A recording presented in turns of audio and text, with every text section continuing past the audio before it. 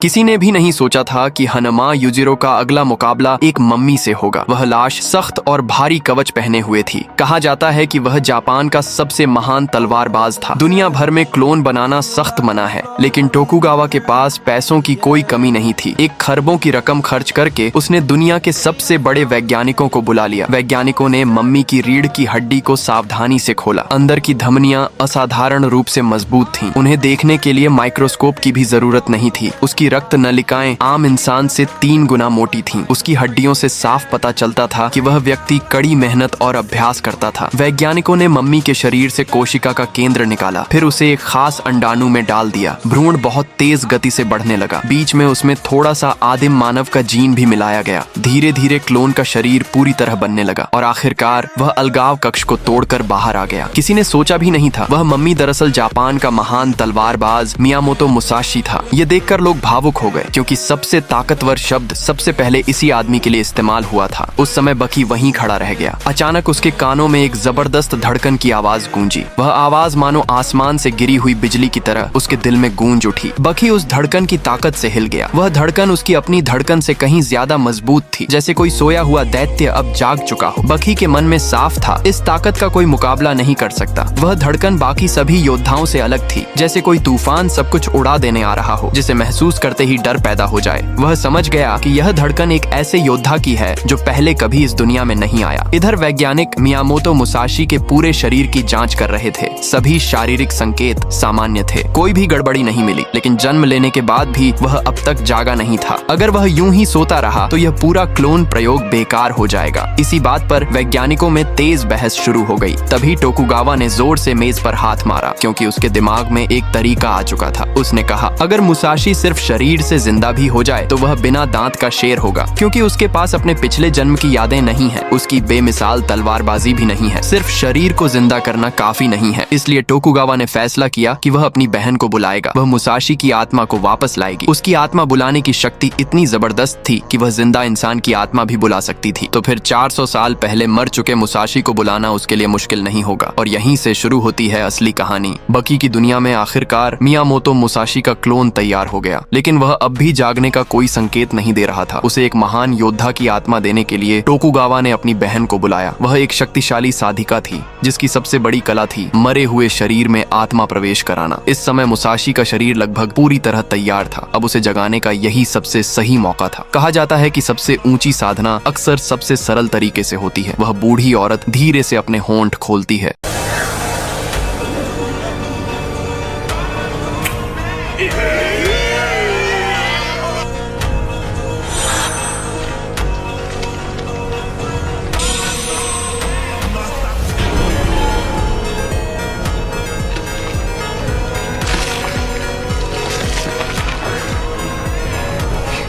अचानक मुसाशी की आंखें खुल जाती हैं। वह एक हाथ से उस औरत को जोर से पकड़ लेता है और हल्का सा झटका देकर उसे दूर फेंक देता है। वैज्ञानिक डर के मारे कांप उठते हैं, लेकिन टोकुगावा बिल्कुल भी नहीं डरता। वह आगे बढ़कर कहता है, तुम जो चाहोगे मैं तुम्हें दूंगा। तुम्हारा काम सिर्फ एक है, लड़ना, दुनिया के सबसे बड़े योद्धाओं को चुनौती देना। इतना कहकर वह एक बेहद कीमती युद्ध वस्त्र निकालता है। यह खास तौर पर मुसाशी के लिए बनाया गया था। हजारों दुर्लभ पदार्थों से तैयार किया गया। यह वस्त्र उसकी ताकत को उसकी सीमा तक पहुंचा सकता था। मुसाशी अब शहर की भीड़ भरी सड़कों पर चल रहा था। ऊंची ऊंची इमारतें उसे विशाल दैत्य जैसी दिखाई देती हैं। उसे देखकर उसकी आंखें फैल जाती हैं। लोहे के डिब्बे घोड़ों से भी तेज दौड़ रहे थे। मुसाशी समझ ही नहीं पा रहा था कि यह दुनिया इतनी आगे कैसे बढ़ गई। उसकी पूरी सोच बदल गई। एक प्राचीन इंसान की दुनिया जैसे टूट गई हो। फिर टोकुगावा उसे लेकर भूमिगत अखाड़े में पहुंचता है। यहाँ आते ही मुसाशी के चेहरे पर शांति आ जाती है। वह समझ जाता है यही उसकी असली जगह है। तभी एक ताकतवर बूढ़ा आदमी आगे आता है। आधुनिक समय में आ चुके मियामोतो मुसाशी आखिरकार अपनी पहली लड़ाई का सामना करने वाले थे, एक बेहद खतरनाक तलवारबाज किनिचिरो से। किनिचिरो आज के जापान का सबसे महान तलवारबाज माना जाता है। कहा जाता है कि वह अब तक 20 से भी ज्यादा टॉप मार्शल आर्ट मास्टर्स को अपनी तलवार से मार चुका है। लेकिन जैसे ही किनिचिरो की नजर मुसाशी पर पड़ी, उसका चेहरा तुरंत बदल गया। वह तुरंत टोकुगावा से पूछ बैठा, ये छोटा सा आदमी आखिर है कौन? लेकिन खून देखने का शौकीन टोकुगावा उसे सच बताने वाला नहीं था। लेकिन किसी ने भी यह उम्मीद नहीं की थी अचानक सिर झुकाकर हार मान लेगा, क्योंकि मुसाशी को देखते ही सिर्फ एक पल में वह मुसाशी की 7 खतरनाक तलवारों का अनुभव कर चुका था। पहली तलवार उसके सिर से लेकर कमर तक उसे 2 हिस्सों में काट दिया। दूसरी तलवार बात करते हुए अचानक उसके गले पर वार किया, जिससे वह लगभग सांस नहीं ले पाया। तीसरी तलवार कंधे से तिरछा वार कर उसे 2 टुकड़ों में काट दिया और उसके बाद की 4 तलवारें भी पूरी तरह जानलेवा थीं। पास खड़ा टोकुगावा यह देखकर हैरान रह गया। वह बोला, अभी तो तुम बिल्कुल भी नहीं हिले और तुम्हारे हाथ में कोई तलवार भी नहीं थी, तो फिर तुमने हमला कैसे कर दिया? उन्होंने कहा, अगर हाथ में तलवार न भी हो तब भी वार किया जा सकता है। भले ही शरीर पर कोई असली चोट न लगे, लेकिन सामने वाले के दिल और दिमाग पर वार हो चुका होता है। यही था मुसाशी का चेतना प्रवाह, तलवार कला। इसके बाद मुसाशी ने किनिचिरो से कहा, अपनी तलवार मुझे दे दो। ये सुनते ही किनिचिरो घबरा गया। वह सोचने लगा, यह आदमी बिना हथियार के ही इतना खतरनाक है, अगर इसके हाथ में तलवार आ गई तो पता नहीं क्या होगा। लेकिन चालाक टोकुगावा तुरंत बोला, वैसे भी तुम हार मान चुके हो, उसे तलवार दिखा देने में क्या दिक्कत है? असल में टोकुगावा के दिल में बहुत उत्साह था कि मुसाशी तलवार पकड़ते हुए कैसे दिखते हैं। आखिर दबाव में आकर तलवार मुसाशी को देनी पड़ी। 400 साल बाद फिर से तलवार हाथ में लेते ही मुसाशी के अंदर फिर वही पुराने युद्ध का एहसास जाग उठा। उन्होंने तलवार को देखा और बोले, इस पर बने डिजाइन भले ही सुंदर लगते हों, लेकिन मेरी नजर में यह सिर्फ एक सस्ती तलवार है। इसके बाद मुसाशी ने दूसरी तलवार भी मांगी। 400 साल बाद मास्टर मियामोतो मुसाशी ने फिर से दोनों तलवारें अपने हाथों में पकड़ ली। ये दृश्य सच में बहुत हैरान कर देने वाला था। तभी टोकुगावा ने उनसे एक अनुरोध किया, क्या हम आपकी तलवारबाजी अपनी आंखों से देख सकते हैं? मुसाशी ने तुरंत हामी भर दी। मुसाशी ने मुस्कुराकर पूछा, अगर मुझे किसी को काटना है तो तुम दोनों में से किसे काटूं? यह सुनते ही दोनों लोग डर के मारे सिर हिलाने लगे। तभी मुसाशी हंस पड़े और बोले, मैं तो बस मजाक कर रहा था। यह कहते ही उन्होंने लड़ाई की मुद्रा बना ली। उन्होंने सिर्फ एक उंगली से तलवार की पकड़ को पकड़ा, फिर अचानक उन्होंने सामने की ओर एक जोरदार वार किया। उस पल ऐसा लगा जैसे हवा तक फट गई हो, लेकिन अगले ही पल तलवार आधे रास्ते में ही टूट गई। हवा को काटते काटते ही तलवार टूट गई। यह आखिर कैसी शक्ति थी? उनके हाथ में आते ही वह मजबूत ताची तलवार भी बेहद कमजोर लगने लगी। मुसाशी ने तुरंत कहा, यह तो हवा का झटका भी सहन नहीं कर सकती, इंसान को कैसे काटेगी? 60 साल जी चुके किनिचिरो ने अपनी पूरी जिंदगी में कभी नहीं सुना था कि हवा के झटके से भी तलवार टूट सकती है। उधर मुसाशी, उन्होंने सीधा ऐलान किया, मैं इस जगह के सबसे ताकतवर योद्धा से मिलना चाहता हूँ। मैं अपनी बेजोड़ तलवारबाजी से उसे चकनाचूर कर दूंगा।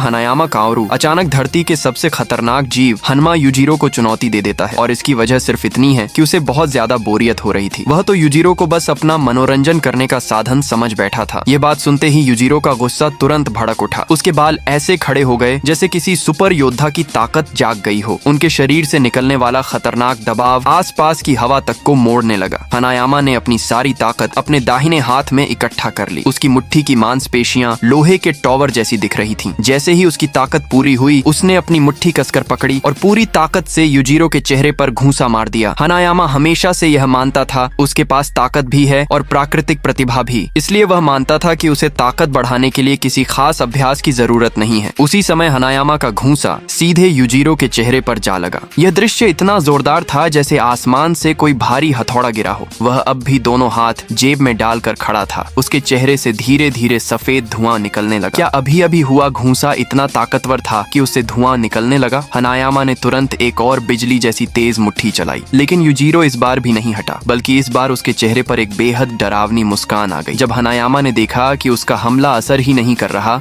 उसने अपनी मुट्ठी जमीन के पास ले जाकर तेजी से ऊपर उठाई और एक जोरदार मुक्का मार दिया। लेकिन फिर भी युजिरो को कोई नुकसान नहीं हुआ। उल्टा उसके चेहरे पर एक घमंडी मुस्कान दिखाई दे रही। ये देखकर हनायामा पूरी तरह हैरान रह गया। इसके बाद हनायामा ने एक तेज हाथ का वार युजिरो की गर्दन की तरफ चलाया, लेकिन यह वार भी सीधा हवा में चला गया। जैसे ही उसकी मुट्ठी युजिरो को छूने वाली थी, अचानक युजिरो का बायां हाथ उसकी जेब से बाहर निकला। यह हरकत इतनी तेज थी कि आंखों से देखना लगभग नामुमकिन था। हनायामा को प्रतिक्रिया देने का मौका ही नहीं मिला और अगले ही पल एक विशाल हथेली सीधे उसके चेहरे पर पड़ गई। हनायामा की पूरी ताकत और युजिरो की बिजली जैसी गति जब टकराई तो उससे पैदा हुई ताकत बेहद भयानक थी। हनायामा तुरंत चारों पैर हवा में उठाए दूर जा गिरा और आखिर में सीधे एक दुकान के अंदर जा टकराया। दुकान के सामने वाली रैक से टकराकर वह अंदर की तरफ फिसलता चला गया और अंत में जाकर किसी तरह रुक पाया। लेकिन इस भयानक लड़ाई ने किशोर हनायामा के अंदर पुराना जोश फिर से जगा दिया। मुसाशी बस चुपचाप बकी के पीछे खड़ा था। लेकिन उसकी भयानक मौजूदगी का दबाव इतना ज्यादा था, ऐसा लगा जैसे किसी ने तलवार से उसकी टांग काट दी हो। लेकिन कुछ सेकंड बाद उसे समझ आया कि यह असली चोट नहीं। जब बकी ने पीछे मुड़कर देखा तो उसे पता चला कि मियामोतो मुसाशी सच में उसके पीछे खड़ा है। बकी की नजरों में मुसाशी ऐसा लग रहा था जैसे कोई पहले ही फट चुका परमाणु बम उसके सामने खड़ा हो, और दूसरी तरफ मुसाशी की नजरों में बकी ऐसा था जैसे लजीज खाने से भरी एक शानदार दावत। बकी समझ ही नहीं पा रहा था कि सैकड़ों साल पहले के युद्ध काल का यह समुराई आखिर आधुनिक दुनिया में दोबारा कैसे जिंदा हो गया। इतना सोचकर बकी ने अपनी नजरें तोकुगावा की तरफ घुमाई। तोकुगावा थोड़ा झेंपते हुए बोले, सच कहूं तो मुझे भी ठीक से नहीं पता कि आखिर हुआ क्या है। तभी अचानक मुसाशी के चेहरे पर हल्की मुस्कान आ गई, लेकिन यह मुस्कान देखते ही बकी ऐसे उछल पड़ा जैसे कोई डरा हुआ जंगली खरगोश। इसकी वजह थी मुसाशी की चेतना से किया गया हमला। बकी के डेमन ब्रेन की वजह से यह मानसिक हमला उसके लिए और भी ज्यादा वास्तविक और डरावना बन गया था। अगर यह हमला सच में लग जाता तो उसे मिलने वाला दर्द एक आम इंसान से कई गुना ज्यादा होता। जब मुसाशी ने देखा कि किसी ने उसके इस मानसिक वार को टाल दिया है तो वह तुरंत उत्साहित हो गया। कमरे के अंदर लड़ाई करना मुश्किल था, इसलिए दोनों बगीचे में आ गए। मुसाशी ने हल्की मुस्कान के साथ पूछा, अगर हम खाली हाथ लड़ें तो तुम्हें कोई समस्या तो नहीं? बकी ने हैरानी से कहा, लेकिन तुम्हारे हाथ में तो पहले से कोई तलवार नहीं है। सच्चे तलवारबाज के लिए हाथ में तलवार होना जरूरी नहीं होता। इतना कहकर मुसाशी ने दोनों हाथ कसकर पकड़ ली और अचानक ऐसा लगा जैसे हवा से बनी एक अदृश्य तलवार उसके हाथ में बन गई हो, और उसी पल वह चेतना की उस तलवार से कंधे से लेकर पेट तक काट दिया गया। अब बकी को पूरी तरह समझ आ गया था। बकी ने तुरंत अपनी लड़ाई की मुद्रा बना ली और अगली ही सेकंड उसने जोरदार किक मारी जो किसी गरजते हुए तूफान जैसी थी। उसने बेहद आसानी से उस हमले से बचाव कर लिया। इसके बाद मुसाशी ने तुरंत बकी को पकड़ लिया और उसे पूरी तरह काबू में कर लिया। लेकिन बकी हार मानने वालों में से नहीं था। उसने अचानक हवा में उछलकर एक और किक मारी, लेकिन मुसाशी ने बड़ी चालाकी से उस हमले को भी टाल दिया और तुरंत बकी के पैर को कसकर पकड़ लिया।